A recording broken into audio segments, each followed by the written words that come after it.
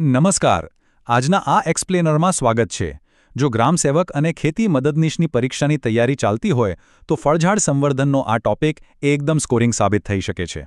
આ માર્ગદર્શિકા ખાસ એટલા માટે જ તૈયાર કરવામાં આવી છે કે જેથી બીજ સંવર્ધન અને બીજેતર સંવર્ધનના પાયાના સિદ્ધાંતો મગજમાં એકદમ ક્લિયર થઈ જાય. તો ચાલો એવા કોન્સેપ્ટ સમજીએ જે પરીક્ષામાં સીધા પૂછાય છે. તો ચાલો ફટાફટ આજના એજન્ડા પર નજર કરી લઈએ. પહેલા પાયાની વાતો અને સંવર્ધનનો પરિચય, પછી બીજ અને બીજેતર પદ્ધતિઓ શું છે તે સમજીશું. ત્યારબાદ તેના મુખ્ય ફાયદા અને મર્યાદાઓ. પછી જોઈશું કયા પાકમાં કઈ પદ્ધતિ વપરાય છે. અને છેલ્લે બીજ પસંદગીના અત્યંત અગત્યના માપદંડો, એકદમ ટૂંકમાં અને સચોટ રીતે. શરૂઆત કરીએ વિભાગ 1થી. સંવર્ધનનો પરિચય, પાયાની બાબતો. ખેતીવાડીમાં સૌથી મોટો પડકાર શું છે?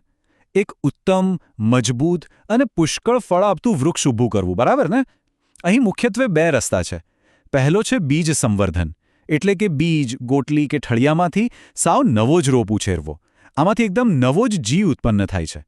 અને બીજો રસ્તો છે બીજેતર સંવર્ધન, જેમાં મૂળ, થડ કે પાન જેવા વાનસ્પતિક ભાગોનો ઉપયોગ થાય છે.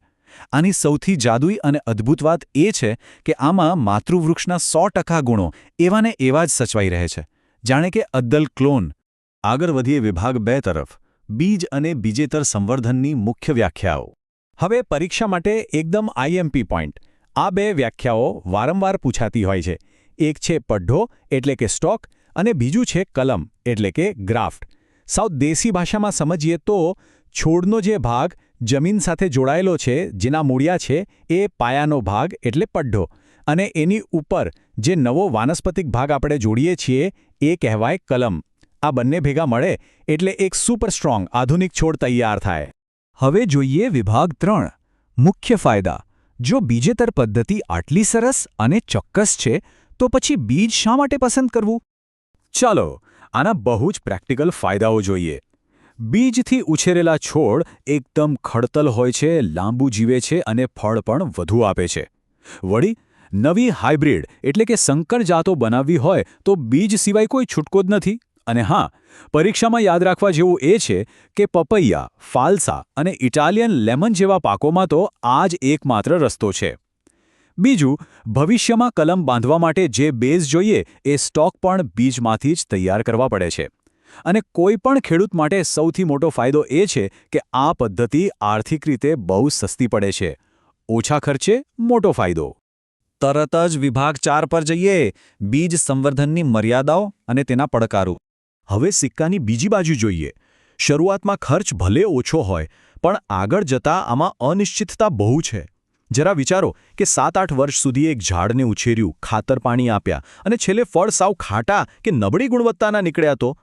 આ તો સીધો આર્થિક ફટકો છે. વળી ઝાડ કદમાં બહુ મોટા થાય એટલે એની કાપણી અને માવજતનો ખર્ચ પણ વધી જાય. ફળ પણ મોડા આવતા હોવાથી નિભાવ ખર્ચ માથે પડે છે. સૌથી મોટી તકલીફ એ છે કે માતૃવૃક્ષના બેસ્ટ ગુણો આમાં કાયમી ધોરણે જાળવી શકાતા નથી. હવે આવે છે વિભાગ 5. પાકની પદ્ધતિઓ. કયા પાકમાં શેનો ઉપયોગ થાય છે? આ ખરેખર માર્ક્સ ખેંચી લાવે એવો સેક્શન છે. આ કોષ્ટકની માહિતી બરાબર મગજમાં ઉતારી લેવા જેવી છે, કારણ કે પરીક્ષામાં અપવાદો જ સૌથી વધુ પૂછાતા હોય છે. આંબો, લીંબુ વર્ગ, પપૈયા, જામફળ જેવા પાકો મોટે ભાગે બીજથી થાય છે. પણ સૌથી મોટો અપવાદ કયો? નાળિયેર. નાળિયેર માત્ર અને માત્ર બીજથી જ ઉગાડી શકાય છે. આ સીધો MCQ બની શકે છે. બીજી બાજુ બટાટા, ચીકુ, હળદર, સુરણ અને શક્કરિયા આ બધા બીજેતર પદ્ધતિ માટેના સીધા અપવાદો છે. આ લિસ્ટને તો પાકો જ કરી લેજો. હવે જઈએ છેલ્લા અને સૌથી અગત્યના વિભાગ 6 પર. બીજ પસંદગીના માપદંડો. એક પરફેક્ટ ચેકલિસ્ટ. જો બીજ સંવર્ધન જ નક્કી કર્યું હોય તો આ 8 મુદ્દાનું ચેકલિસ્ટ એકદમ ગેમ ચેન્જર સાબિત થઈ શકે. પહેલું, ફળ સંપૂર્ણ પાકેલું હોવું જોઈએ. બીજું અને ત્રીજું, બીજ ડંખ કે જીવાત વગરનું, એકદમ નક્કર અને પૂરા કદનું જોઈએ. ચોથો પોઈન્ટ બહુ જ અગત્યનો છે. બીજ નિંદણ મુક્ત હોવું અત્યંત જરૂરી છે. જો બીજ ભેગું નિંદણ ઉગી નીકળ્યું ને તો મજૂરી અને નિંદામણનો ખર્ચ સીધો આસમાને પહોંચશે. પછી એની સ્ફુરણ શક્તિ સારી હોવી જોઈએ. સ્થાનિક આબોહવાને અનુકૂળ સુધારેલી જાત હોવી જોઈએ. અને છેલ્લે એકદમ શુદ્ધ અને રોગમુક્ત હોવું જોઈએ. બસ આટલું ધ્યાન રાખ્યું એટલે વાસ્તવિક દુનિયામાં ખેતીના મોટા આર્થિક નુકસાનથી બચી શકાય. ચાલો આગળ વધીએ. હવે વિજ્ઞાન ઘણું બદલાઈ રહ્યું છે.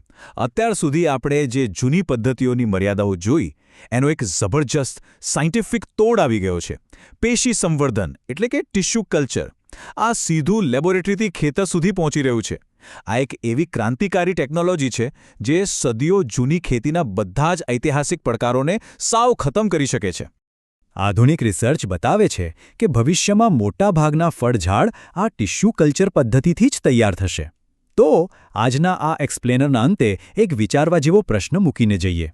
જ્યારે આ લેટેસ્ટ ટેકનોલોજી દરેક સામાન્ય ખેતર સુધી પહોંચી જશે, ત્યારે તે ફળઝાડની ખેતીમાં લાગતો સમય, મજૂરી અને ગુણવત્તાના આખા ગણિતને કેવી રીતે બદલી નાખશે? જરા વિચારજો. ગ્રામસેવક અને ખેતી મદદનીશની પરીક્ષા માટે આ બધી જ માહિતી બહુ કામ લાગશે, તો આને રિવાઇઝ કરતા રહેજો.